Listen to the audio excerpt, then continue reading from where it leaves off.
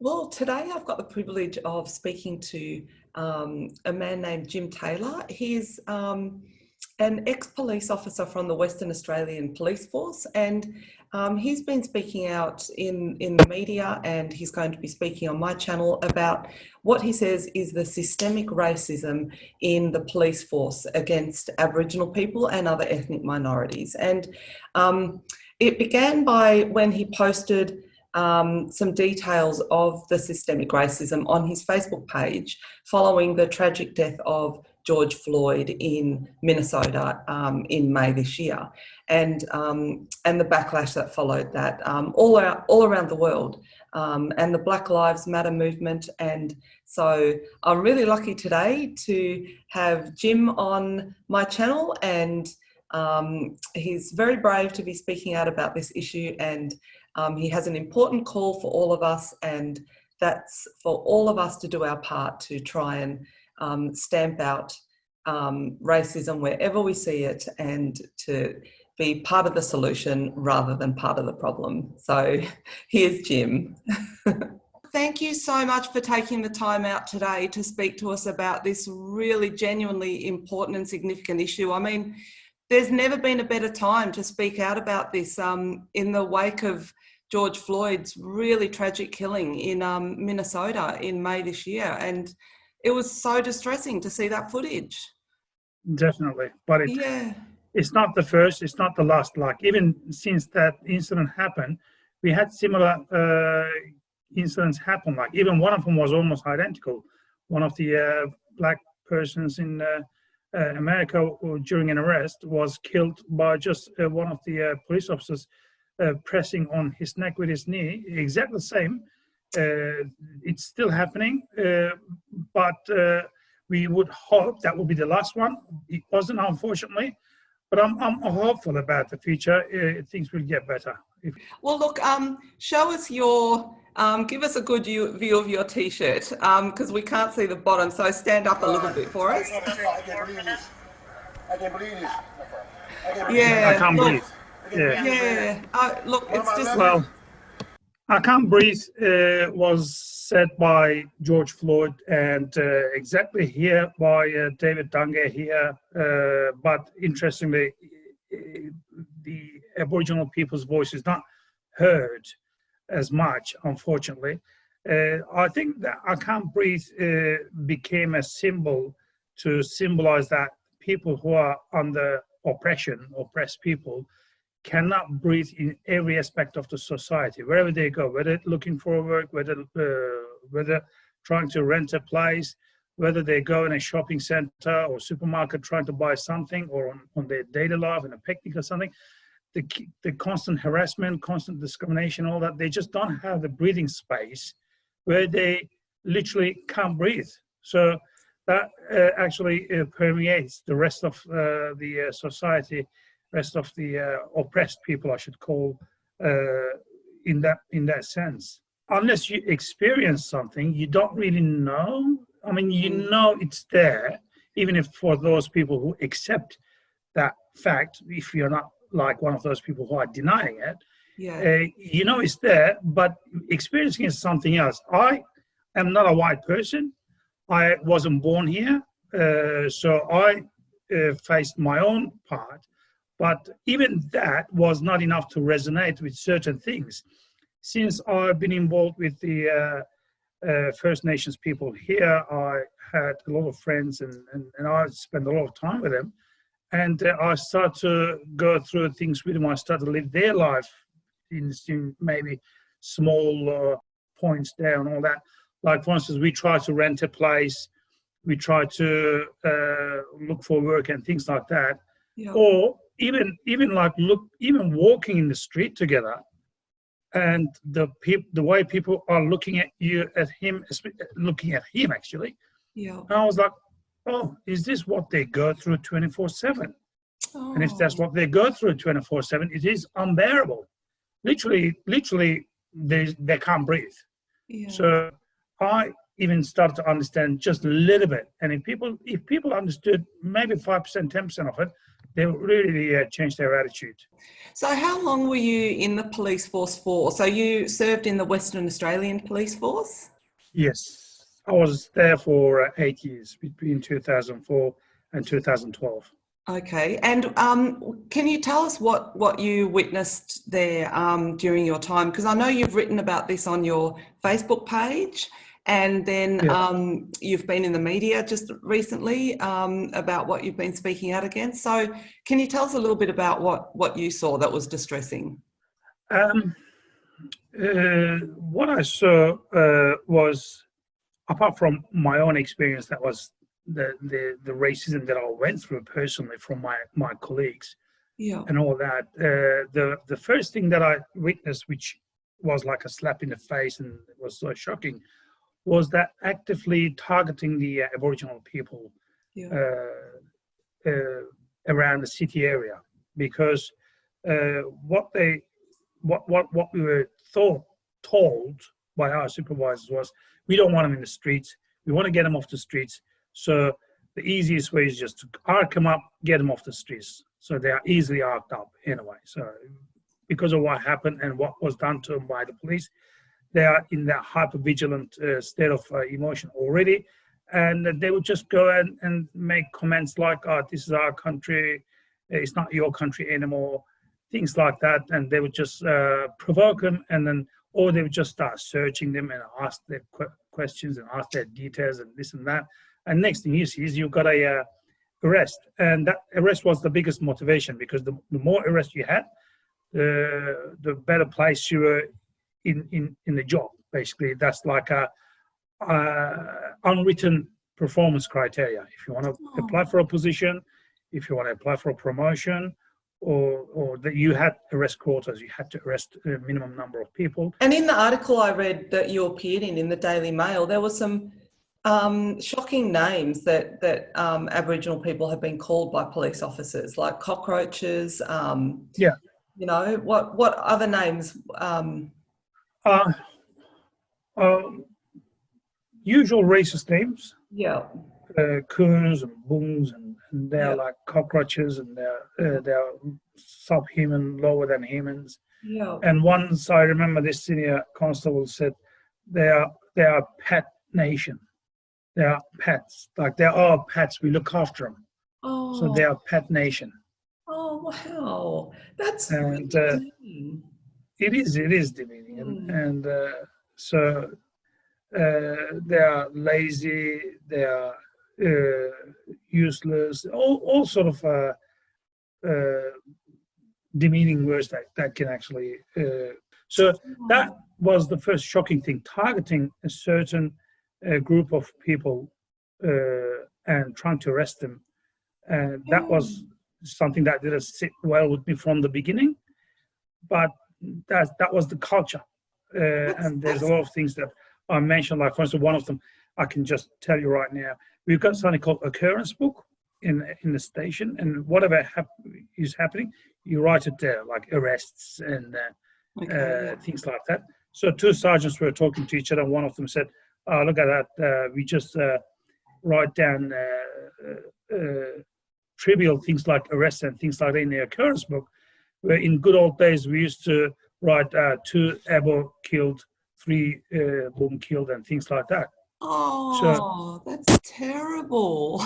It is terrible. That's shocking. It is terrible. And these people are sergeants, like, and the other one was, for instance, an Aboriginal child was launched off a motorcycle as a result of an accident, and the uncle was riding the bike, wearing a helmet, but the kid wasn't. And I said, I was reading the file, and I said to Major Crash Benjamin Lucas, and I said, "Oh, what sort of uncle is he? He was wearing a helmet, and the child wasn't." And his response was, "Don't worry, man, he's just a coon." Oh, that's terrible. So there's like a lot of examples that I gave, which you read, like putting a photo of a deceased person on the police screen, police computer, and making fun of it and walking up and down, and one down, one gone, and things. And everybody was having a laugh and making fun of it and having a joke, including supervisors and sergeants and all that, and nothing happening about it. that sort of things is like, you don't have to be a part of those people. They are people. It's genuinely scary thinking of people that are entrusted in official positions acting like this. Like these aren't drunk people at a pub, or these aren't mates in a backyard barbecue. These are official people that are supposed to protect society, that are supposed to protect the most vulnerable. I mean, personally, I have a lot of respect for police officers and for what they do from a point of view of their role, because, I'd like to think that my daughter would be safe out there. I'd like to think that I would be safe out there. And then when I hear about them behaving like this against a vulnerable portion of our population, I just feel frightened and sad. Yeah, that's the most important part, isn't it? You trust your life, your property to them, and they are. That's the way they are looking at their motivation is, like as if someone who's enemy to you. Yeah. Like not only on those. Like for instance, once we were going to conduct a house search on a Muslim family's home. And the detective that was going to run it was briefing us. And when he was briefing us during that time, he just referred to them as like ragheads. Like, and he used that word maybe 20 times during that. And I wasn't saying anything. And because obviously I didn't have beard at the time when I was at work. So my look a bit neutral. They can't really tell and all that. So I'm just standing, and because we weren't on the same team, we were just like helping that team. He was looking at me every now and then. Am I doing the right thing? Who's that guy? Is he wonderful or not? But he still kept saying it. So that shows me when there's a situation, people from those backgrounds, or people from a background that an officer doesn't like versus they like, the practice will be different, which I actually witnessed many, many times. Exactly the same situation. One gets away with just, see you later, have a good day, or just a warning. The other one gets like arrest, gets away with the arrest and tickets or whatever, the harshest way. It's a double standard. And I think it's embedded, and some of them don't even know why they are doing it. It's just like embedded in them. Yeah, so it's embedded into the culture, so that new recruits are kind of... Yeah, that's... But our commissioner, when I made all those claims, our commissioner, Chris Dawson, said, we don't have racism in WA police. So just denied it like totally. I can't be so sure. You've got like almost 10,000 workers. I would expect him to say, well, we'll look into it. We'll try to find if there's anything wrong and we'll talk to that person. No, it's the total denial. And interestingly, this is very interesting. I was talking to the head of multicultural unit or diversity unit in WA Police, Inspector Don Emmanuel Smith. And he was trying to assure me by saying, Mr. Dawson, our police commissioner, is a good Christian, and he's a fair man because he's Christian. So he'll look after this matter. Don't worry, sir. I was like, oh yeah, okay. So if he wasn't Christian, we would be stuffed. I mean, I don't have against any religion, but that shouldn't be the yardstick, you know. That shouldn't be yardstick. I totally know what you mean. It doesn't matter if you're it doesn't matter if you're a Christian or not a Christian. And that person is the head of diversity affairs. So his view is, if you're a Christian, you'll be fair, and that's that person saying that is the head of diversity. So it's still there. It's still there. You know what I mean? It's still there. So, it'll be a long journey, but we just have to keep fighting. That's all. What I find very distressing too is that your colleagues would go out and harass the Aboriginal people with the end goal of doing an arrest. Like that's so sad and so wrong. It is. Well, the other reasons was like because we were under pressure to make a minimum number of arrests depending on who your boss is. Yeah. So you're under pressure. It's like and one day this Sergeant Coveney gave this example. He said, my wife works for a bank, and when she sells more products, she gets bonus. Okay. So just so you guys have to go and arrest more, just like that. And in my mind, I was like, so where is our bonus then? Oh, Number one, yeah. number two, arresting someone, depriving their liberty was likened to selling something. So they are like as real estate agents. So because they're under pressure, and the easiest target are Aboriginal people residing around the parks and all that, because they are there. Half of them are homeless. They wouldn't go and fight in court. They would just go and plead guilty. Aboriginal Legal Services encourage them to plead guilty for everything because they are a part of government institution. They get their budget from them, and so it's just they've got nowhere to go, and it just turned into a vicious cycle. And so that's the biggest cause. So it turned into chicken and egg problem. Which one came first? Yeah. What do you think?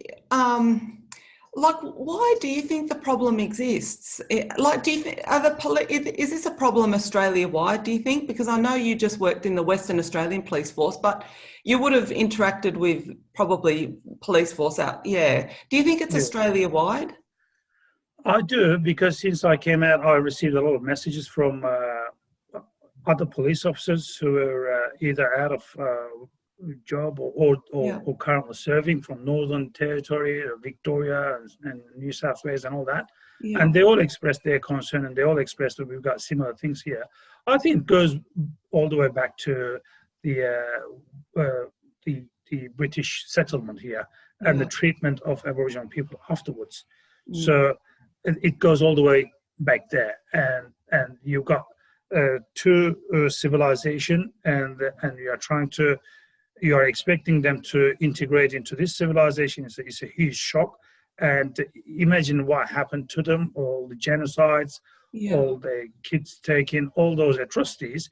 And you just expect them to be like you, and they simply cannot. And then they became a part of this criminal cycle. So once it becomes cycle, it's very hard to break that cycle. So it gets worse and worse. So, and then people start forming their opinion. They've got the negative opinion about them, and then that perpetuates the racism. And even for newcomers, like when I first came here, I was warned straight away. Wherever you go, whatever barbecue you go, party you go, oh, be careful about the black man, be careful about black fellas, be careful about Aboriginals. So as a newcomer, you are filled in with that. This is not only me. This is with every new immigrant that happens, and then you're already on your back foot and cautious, and you've got to be unbiased opinions about them already. So that's terrible. What were you warned against? Yeah, what were they warning against? What are these? For instance, they were warning, be careful around them. They when they are drunk, they get dangerous, or they are portrayed as they're gonna steal your stuff, they're gonna rob your house. Yeah. Basically, just something to stay away from them. Just stay away from them. Don't have anything to do. Yeah. So, and then that you spread that, everybody spreads it, and it just becomes everyone else versus them. So that's very sad. So the cycle just spreads onto the newcomers as well. So I don't know, maybe there should be some sort of induction program with new immigrants, telling them about their culture and how to interact with them and all that sort of, but there's not such thing. There's nothing like that. There's no such thing. That's I think as well, the saddest thing about the killing of George Floyd in Minnesota was the fact that he was unarmed, and to see an unarmed man being tackled like that, and then in a situation where he suffocated to death, it's just unbelievably cruel, really, and just shocking. It wasn't like a police officer shot him while he was wielding a gun or even a knife. He was helpless on the ground. It was so sad.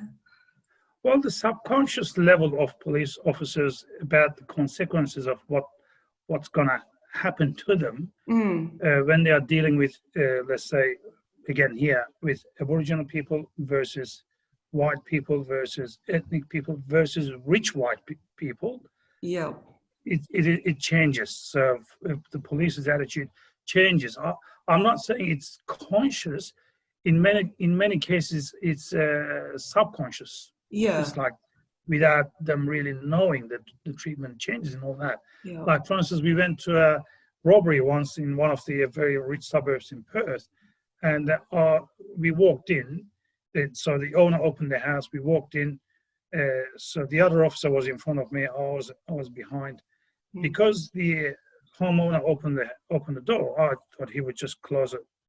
And he just keeps walking, very, very posh, a snobby, rich kind of guy.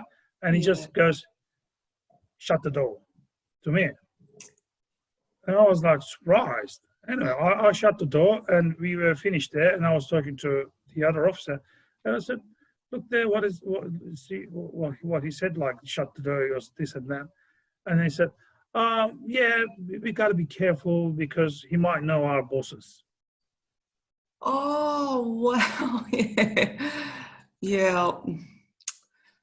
Versus, I mean, again, let's leave the race aside. Yeah. That person, the treatment for that person versus another white person, maybe white collar or someone who looks a bit disheveled, they'll get different treatment. They'll get different treatment as well. That's really sad, because the person that looks disheveled and is homeless on the street would actually need more care, like, needs a different level of care. Homelessness usually comes from mental illness. It's not because those people can't rent and all that. They simply can't function. And the police officer should be taught that. They should know. They should learn that there has to be some sort of training for this. And by just going and harassing and doing that sort of things, we are actually exacerbating their mental illness and making it worse. When I left, I could see in the city maybe just a handful of homeless. Now you can't walk, like there's homeless everywhere. So that means like what we are doing is not really solving any problems. So the more arrests we do is not actually a sign of success. It's actually a sign of things are getting worse. So tell me a bit about your story now. Like, when did you leave the police force, and why did you leave? Did you leave because you were sort of discouraged and, just... I left in 2012, and when I left, I was medically retired. Yep. Primarily as a result of a incident that happened at work. And then after that incident happened, a couple of years later, I was medically retired because of PTSD and major depression. Yeah, that's how I left. Yeah. What racism did you experience yourself when you joined the police force? Because you mentioned that, like racism, bullying.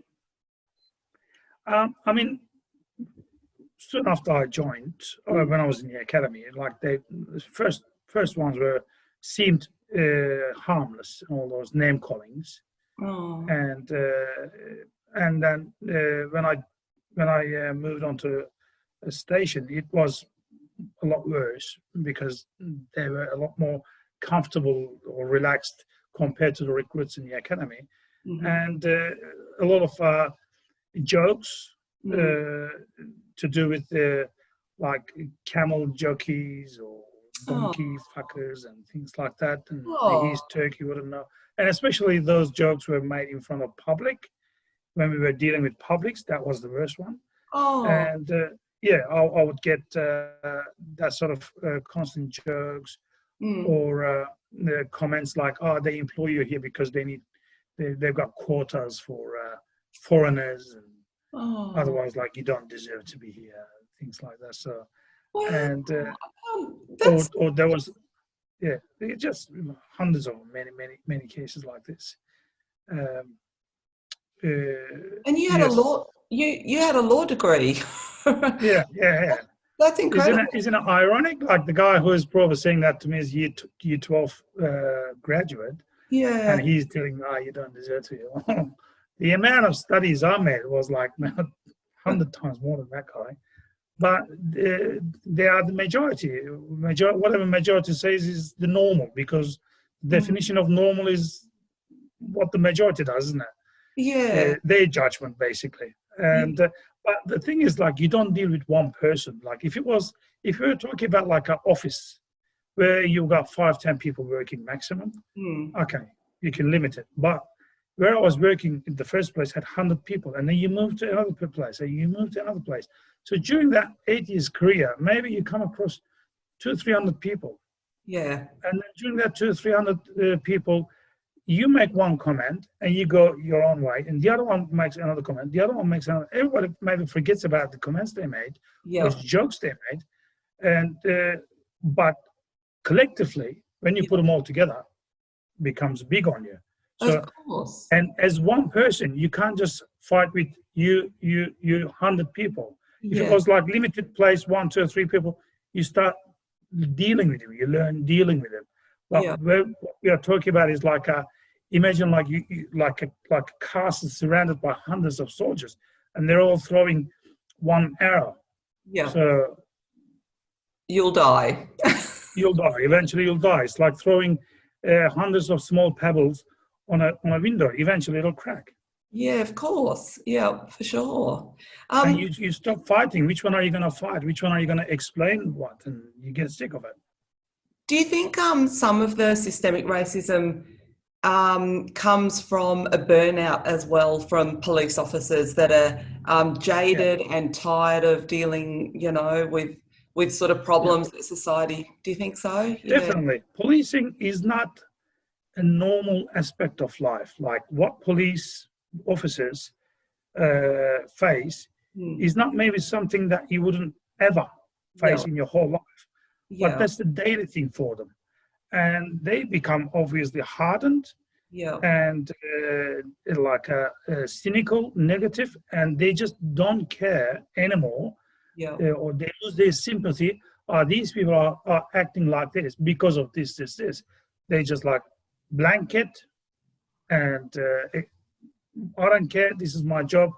Whatever it is, bad luck. So that becomes a attitude. They become very bitter, and they simply fall into the mistake of becoming racist. You if you're not racist person and you join the police, you'll become racist. Yeah. You'll become racist. Don't worry, it'll make you racist. It made me racist too. Yeah. At one point, I was holding racist views, but I still wasn't comfortable with it. Once I left, and I just I start getting back to my normal self. It's like a cult or like a, that vampire bites you and you become vampire and then so on. So it's a bit like that. Wow. All the ex-officers I talk to, they go, "Oh, I'm so glad I'm out of it. It wasn't life, it was like cult." That's how it is. Policing is not really a normal life. They've got high rate of depression, suicide, divorce, and all that as well.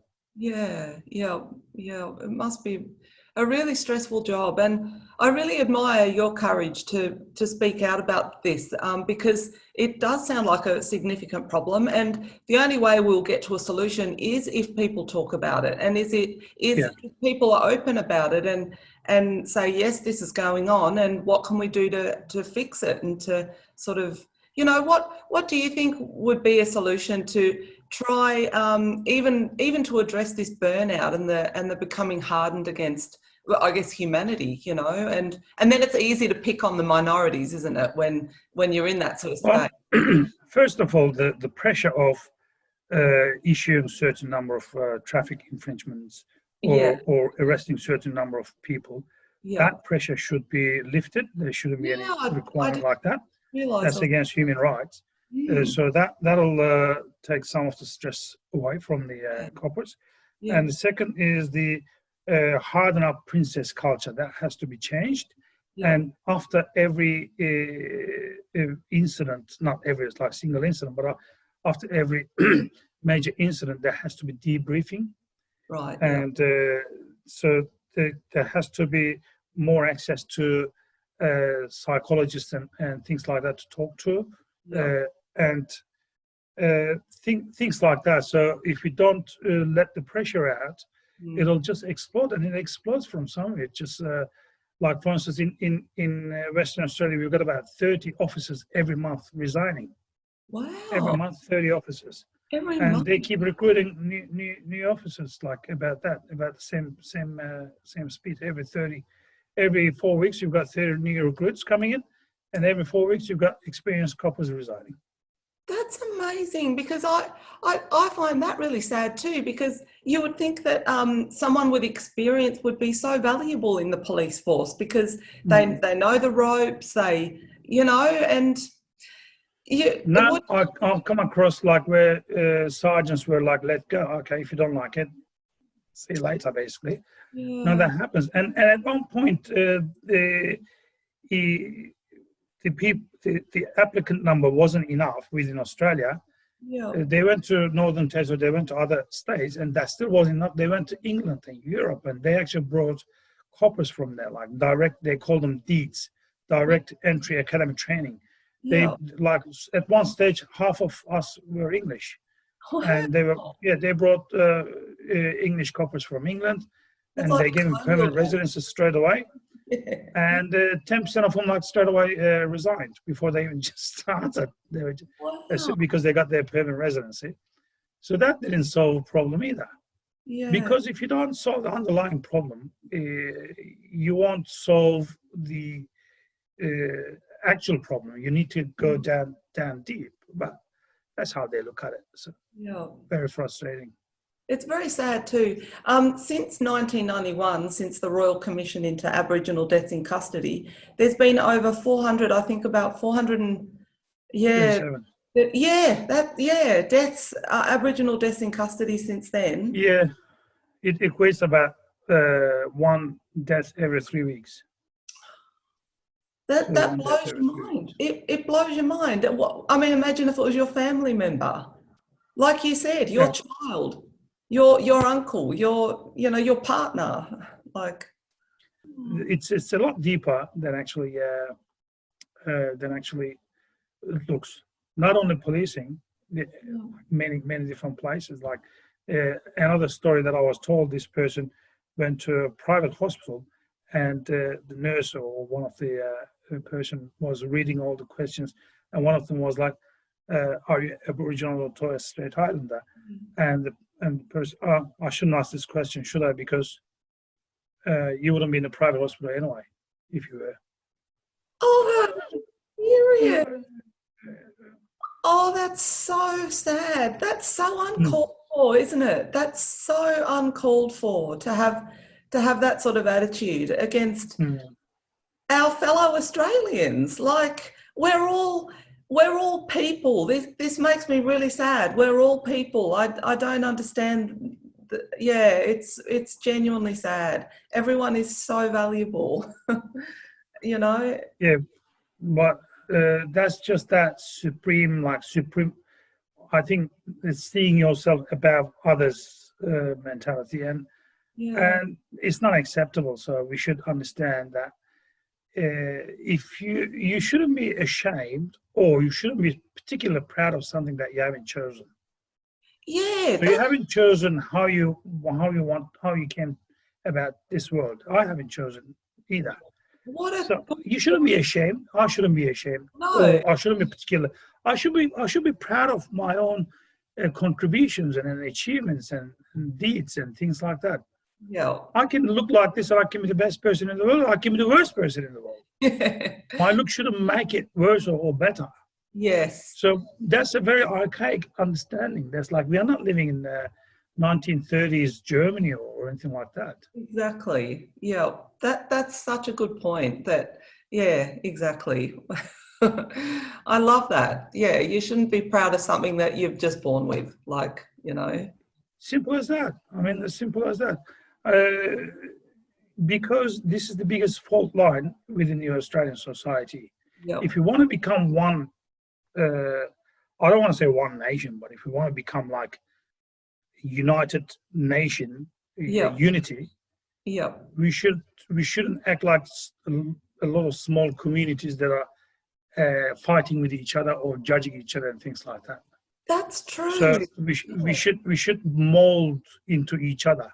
I Yes. should become you, you should become me, Yeah. and then end up like emerging as one, unity. So, but the way that we treat each other is unfortunately undermining that.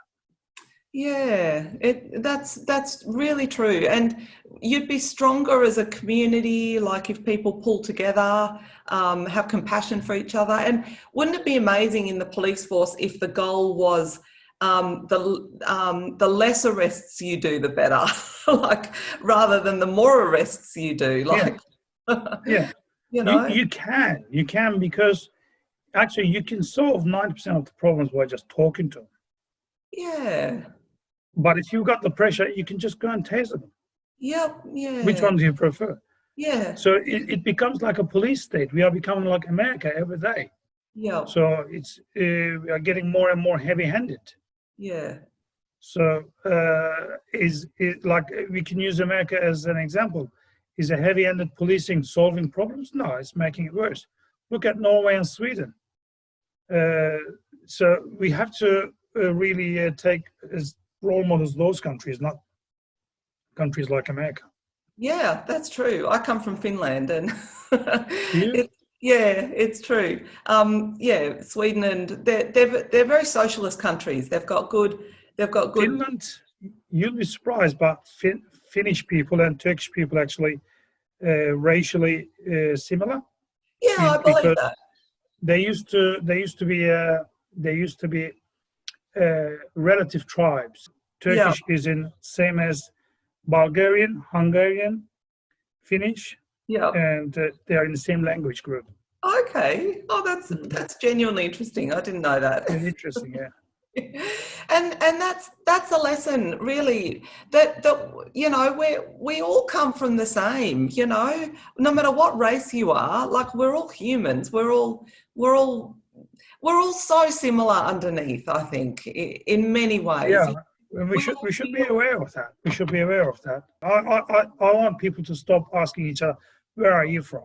Yeah. Okay. yeah.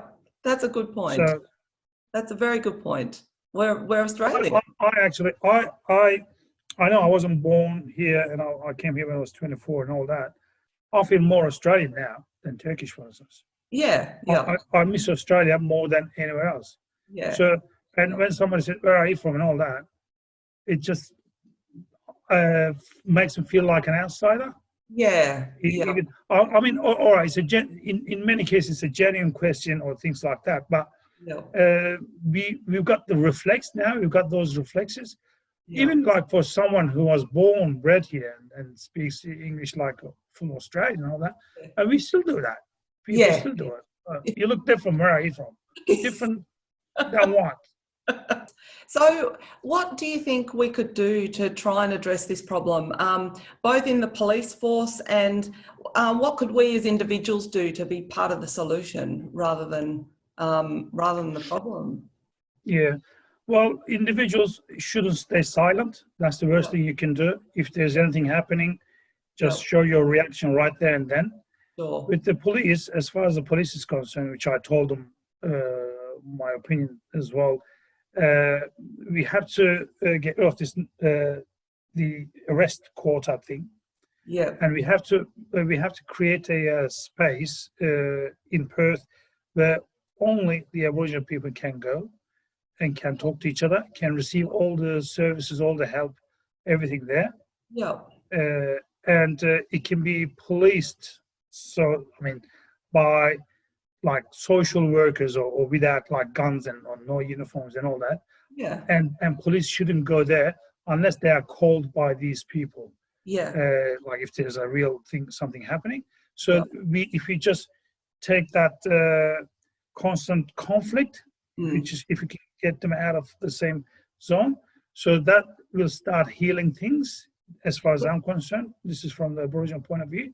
With the racism, we have to have really good trainings and tell them what is racism. What is it? Yeah. I mean, racism can be what Brendan Tarrant did and killed 52 people in Christchurch. That is racism. Yes. And also, racism is it was a friendly joke. I was joking. about your race, that can be racism. So we have to really teach them and show them every different shades of racism, and then so therefore they know, and then we have to hold them really accountable. If they really breach that, they have to be held accountable, not like laugh and have a joke and all that. And also we have to change the law. Like Liberal government is trying to change the law to the worst, making basically no racial discrimination and as unlawful. So we have to have hate crimes. Yeah, we have to really have criminal offenses for racism, so people will stop. People will stop. Yeah. And media is another culprit as far as I'm concerned. They've got like Rupert Murdoch. They've got their own agenda. They keep pumping racism. They keep pumping it. So we have to have some. Or our freedom of speech is a valid point, but we have to have some sort of boundaries, so as not to provoke the society, provoke people against each other. Yeah. Because it is difficult, isn't it? Because humour is a really fine line there, isn't it? Like, you know, where do you draw the line between a joke and where does it become hurtful? That's the thing. People hide behind it. Yeah. They can't say that to your face. They hide behind that. That's right. Exactly. And so that's a really difficult thing to look at too, because, like, you know, I get lots of blonde jokes and because of the colour of my hair, and that doesn't worry me. I'm being honest. Like that doesn't worry me. Like it's never been hurtful to me. But then I think, well, I wonder if people were making fun of Finnish people or making fun of my race, I think that would hurt me. Actually, I've never been the butt of a joke. Like I've never heard anyone talk about a Finnish person, you know, like they joke about the Irish, and you know, I've never been the butt of a racist joke, so I don't know what that feels like. No, you wouldn't, unless it happens to you. You really wouldn't. It's just, you would just think, you can try to guess and you can try to empathize, but it doesn't feel exactly the same. No, and I think it would hurt. I think it would be hurtful. It does. Interesting. Like if somebody says to you, I don't know, dog, if somebody calls you a dog or any other, let's say, abusive word, it doesn't really hurt you as much. But if somebody calls you such and such dog, that hurts you. For some reason, when you put the race in it, it just hurts you a lot more. There must be some sort of psychological reason behind it. But it definitely does. It definitely does hurt. And this is not only with me, with my race, with any other race. Like maybe it's a big part of our identity somehow. It does definitely hurt. It does definitely hurt, and it makes you sick. A constant racial harassment makes you sick because it's a form of bullying. It's a form of power play. And basically nullifying you, like basically taking all the power that you have. Basically, you end up like nil, like you've been nullified, like you've been reduced to nothing. That's the effect of it. It does. Be very hard though, wouldn't it? Like if you're at a barbecue with your friends and someone says a racist joke and there's no one of that race present and everyone laughs, like what? It'd be very hard, wouldn't it, to actually speak up then in front of your friends and say, no, that's not on. Like, to me, that people who laugh actually, to me, worse than the person who makes that joke. Because they are condoning it in the best possible way. They are. And that was the biggest thing that bothered me. Every time I've been subject to a racist joke, before I opened my mouth and said something back or explained something, you got like 5, 6 people laughing, and within that noise, how are you going to do that? And if they were silent, and at least if they were silent and looking down, making awkward, that would make it much better for me and for the perpetrator. Maybe would say, oh, I shouldn't do this again. And if they said something on top of it, Mike, this is not on, this is not a good thing, or something like that, that would be perfect. But even if it didn't happen, if there was no laughter, that would still make a huge difference. That laughter thing Yeah. They agree with it and they like it. They love it. That's a very good point. Just silence. If someone says a racist joke, just silence. Like, just look away. Don't give them that reaction of pleasure or enjoyment. Yeah, yeah. That Don't would give them that reaction, or at least like if you show it with your body language, you raise your eyebrows, you go, okay, something like that. Yeah. That you're not happy with it. Yep. That person will stop. That Yep. person will stop. But they don't do it. They get a kick out of it. They really get like pleasure out of it. Yeah. And that is a common culture within the society and within the police as well. Very common. Yep. So And I know a lot of police officers who joined like from ethnic backgrounds. More than half of them actually ended up resigning. Wow. They do end up quitting. Does the police force try and recruit ethnic minority members into the force? Like, is there an They effort? do. Yeah. And do you think there should be more of an effort to do that? Well, they should be, but they should change the environment that those officers are working. If they are working in an environment where I worked, they will be churned out and disposed basically, and I would feel sorry for them. Yeah. Actually, a few weeks ago, I was in the police academy here. I went to the graduation ceremony, and I talked to every graduates, mainly from different backgrounds, and I told them about my story, my background, and what happened to me, and what's expecting them. And so they know. If you know what they expect, you can handle it much better.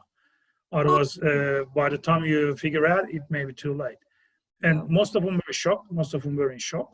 And because I got to a point where I felt that my fellow officers wouldn't have my back, and in a situation where there's a conflict or something, and I can give you a bunch of names, a handful of names, where if it was possible, if they could get away with it during an armed conflict or something like that, they would shoot towards my way and hope that I got killed. Oh. So, and I told them this, and I said, be aware and expect you will get this. And there were some parents with him during graduation. When I told them that, they were like, who is this madman? What's he talking about? But I'm glad I did. So next time they see something like that, they're going to remember me. Yeah. They're going to remember that guy who actually told what he told was actually true. Yeah. Have you experienced any backlash since you were in the Daily Mail, what was it, about a month ago, was it? 4 weeks ago? Or I appeared a few times. I think since 5th of June, I started to appear in the media a few times, So have you experienced any backlash from official police quarters or? Not official. Just one thing, but that's a side issue. I'll get to that. I got backlash from some ex-coppers. They're all like denying it, that sort of things didn't happen during my time. I was a sergeant here. I was a senior sergeant. He's lying, is this, is that, and all that sort of things. And it was on Facebook. A couple of them threatened me, my family, and all that. Oh, that's and then, but once I went to the academy and we had a bit of a bitter exchange with the academy's director, and I'll put that on Facebook as to what he said, and I'll put his photo there. And then later on, I got a letter from state solicitors saying they want me to stop, otherwise they're going to take me to court for defamation and things like that. Usually, defamation is usually used to scare the other person to stop what they are doing. And I didn't have anything else to go on about it. But if I get any more materials, I will keep putting it on. So that was the only official response, I should say. Wow. So what did he say to you? Like, what were you saying that? What happened was we went to the police academy with one of my Indigenous friends, Desmond, and we had this. I got this huge poster made, And in that poster, it said, "Don't step forward and become a racist police officer." WA Police has a slogan to recruit people saying, "Step forward and become a police officer." So I changed it around a bit.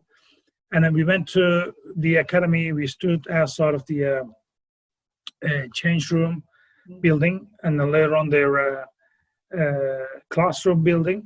And then they started coming, and they were like all panicked, what the hell is happening and all that. And then eventually they invited us in to have a chat, which we did.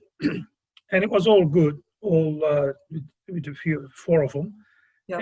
Everything was going well. And their boss, the director, came and with angry face and angry tone, "These people have business to do. You can't keep him here." Well, we were invited there. We weren't really keeping anybody. And then, so he actually ruined everything, basically. So everything was going in a good tone, good note. And then, and he said we had one of the persons in the meeting was a Aboriginal person, Aboriginal instructor, police officer. And then he was angry. He said to us, the director, "What do you think I'm doing here? So we've got a black guy in a uniform. What does this tell you?" Things like that. Basically, I just put whatever was said in the conversation on Facebook. And I found his photo on LinkedIn where he brags about himself. He's got certificate 4, and he's an inspector. I've got like 2 uni degrees, and because I'm not white, so he's white, he's there. And then I'll put this on, and everybody just people on Facebook wouldn't really hold it in, and they just said whatever they said. And then they probably they didn't like it, and then they threatened me with defamation act. Wow, that's a real shame. So, what are you up to now, Jim? Like, what are you're obviously wanting to? You said that you wanted to spread the sort of speak out about this, and what's in the future for you? Like, well, I'll appear in the media as much as possible. And we'll keep protesting in different ways. We'll keep getting bigger and bigger. And one of the ideas is turning this into a political movement. We want to set up a political party, Black Lives Matter party. And we want to try and exhaust all the legal channels. We just want to keep pressure on the government or the governments, and maybe get him to do more things to solve these problems that's in custody, racism, racial vilification acts, etc., etc. And you mentioned you've got friends like Indigenous Australian friends.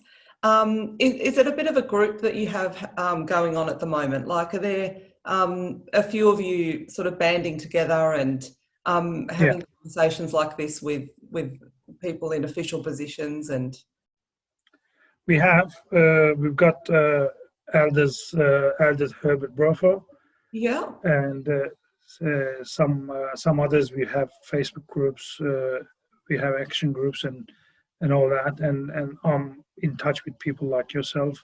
And it's just, we are open to anyone. We welcome everybody.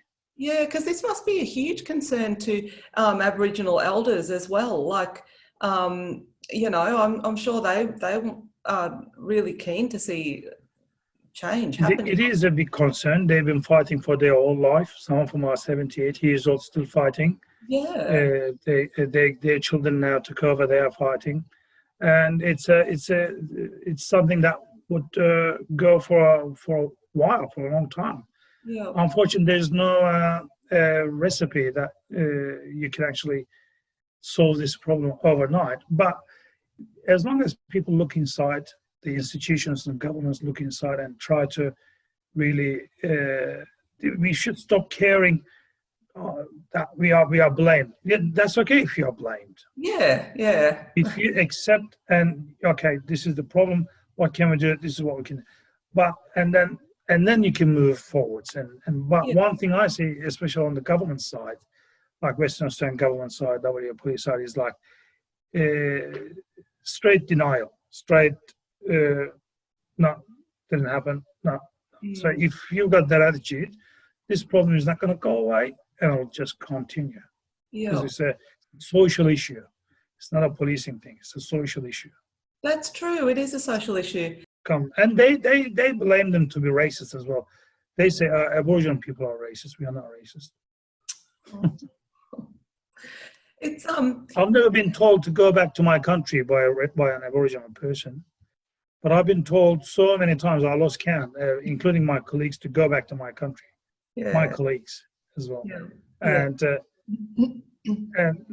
so interesting. Like 200 years ago, they came here as well. So it's like acting like they've been here for millions of years. It's just that hypocrisy. I just don't get it. I know. And it sounds like there's a real service gap in the police force when you were saying that you would like to see a space for Aboriginal people that's manned by social workers and, you know, that sort of space. Because it sounds like at the moment the police are it. So if you've got a homeless Aboriginal, the police seem to be the people that they then come in contact with. It doesn't.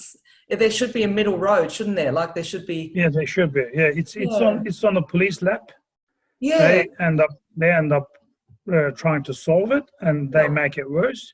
Yeah. So we should isolate them, like physically, and in other means as well. We should isolate them. We should give them a certain area of the city.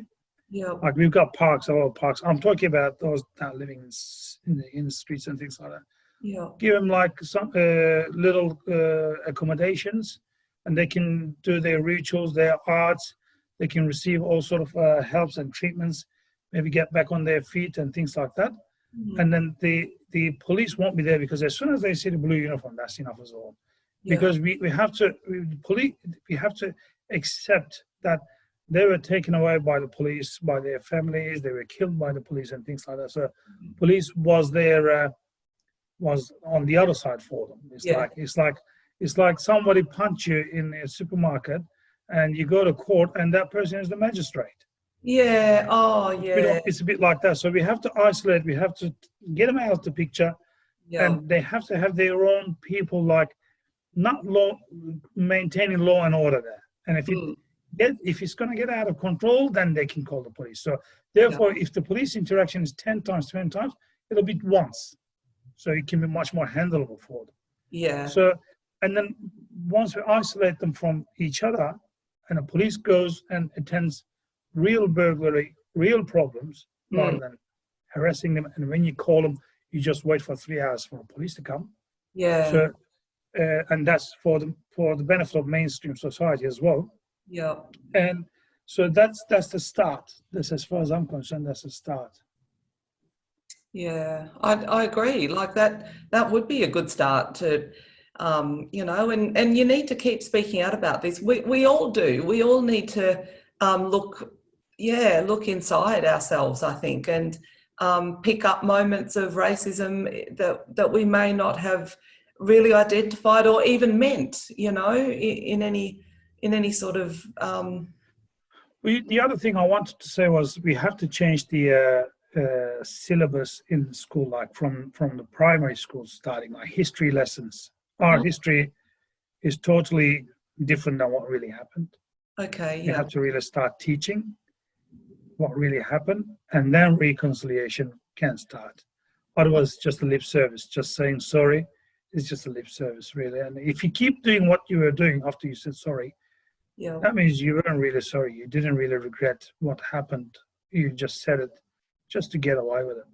And those stories that we hear, including Chris Dawson's story in 2018, and still things are the same business as usual, just shows me that it's just a lip service.